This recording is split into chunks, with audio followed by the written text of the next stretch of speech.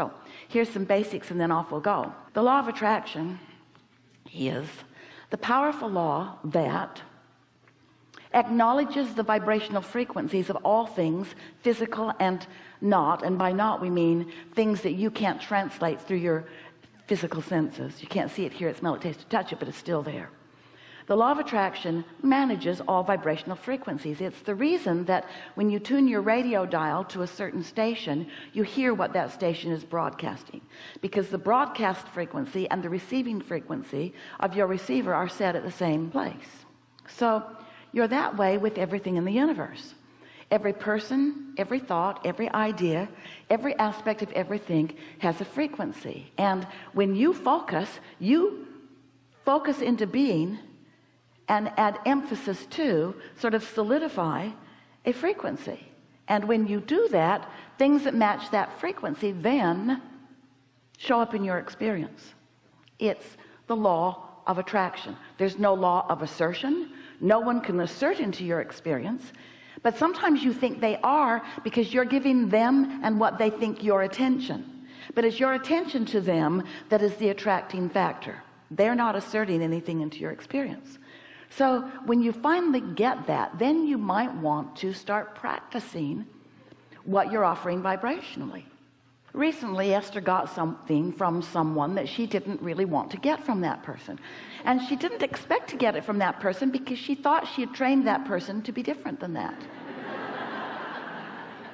So when she got that from that person, it shook her up, because made her realize that years and years of training had done nothing. Sort of a feeling of futility.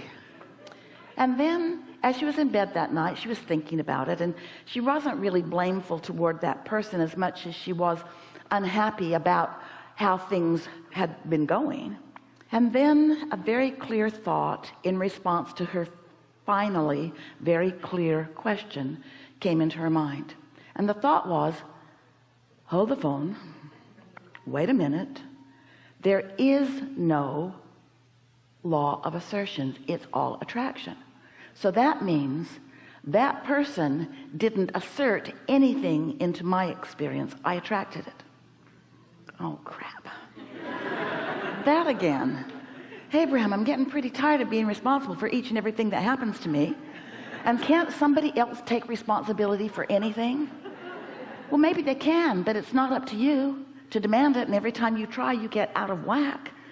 So Esther concluded, after thrashing about for a few hours in the night, if there really is only attraction, then I did attract this.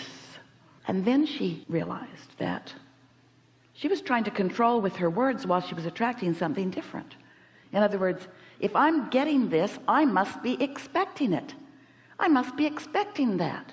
So I'm using words that say things like, I love you, when my vibration is, you're letting me down again. But Abraham, what if somebody really is letting you down? Then you're facing reality, not changing it. But Abraham, when does somebody else get some responsibility in this co-creative dance? Every single minute and every single day, everybody else has responsibility too, just nothing that you can do anything about with your words. Have you noticed how people don't behave? Oh, sometimes you can be strong enough with them, you can offer enough threats that they'll pretend to behave, but they're not really behaving, and the universe will keep showing you their lack of behaving, their lack of response to your words. So finally you have to own it, that you attracted that even though you didn't want it. So the way you feel is about your own push-pull. My words say I love you, my vibration says you're letting me down. My words say you're doing a really good job, my vibration says, oh, you could do so much better. My words say everything in my world is perfect, my vibration says, what am I going to do with you? You see what we're getting at? If there's anything that's wonky in your vibration, and there is, and it's okay, if there's anything that's wonky in your vibration, this is what we're wanting to say to you. It hasn't got anything to do with anybody else.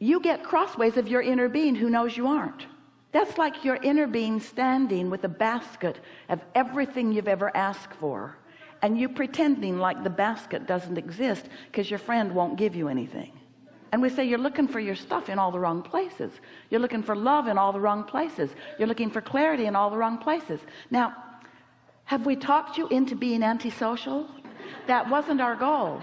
We just want you to hook up with who you are and then play with each other, instead of looking for something that isn't there, and when you don't find it, then you're in a funk. Look for it where it is and find it, and then go play with others who have found it too. And when you look for connection and find it, you'll find others who have looked for and found it, and then you'll be like this crowd here today. In other words, that's what this is really about. Oh, you're not all there, and you're not all there every time. Esther's not there all the time either. But we say for sure about Esther, when she's not there, she knows it. And when she's not there, she's not going to blame you for her not being there. And now we're wanting to help her not blame her for not being there either. It's okay to not be there. How can you be somewhere that you don't even know there's a place to be? How do you even know that you want it until you don't have it?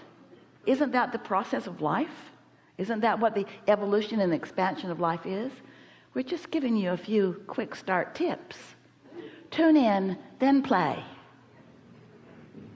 So now you know everything that we know. What do you want to talk about specifically? Some good stuff. Ooh, there's a lot of trouble in this room.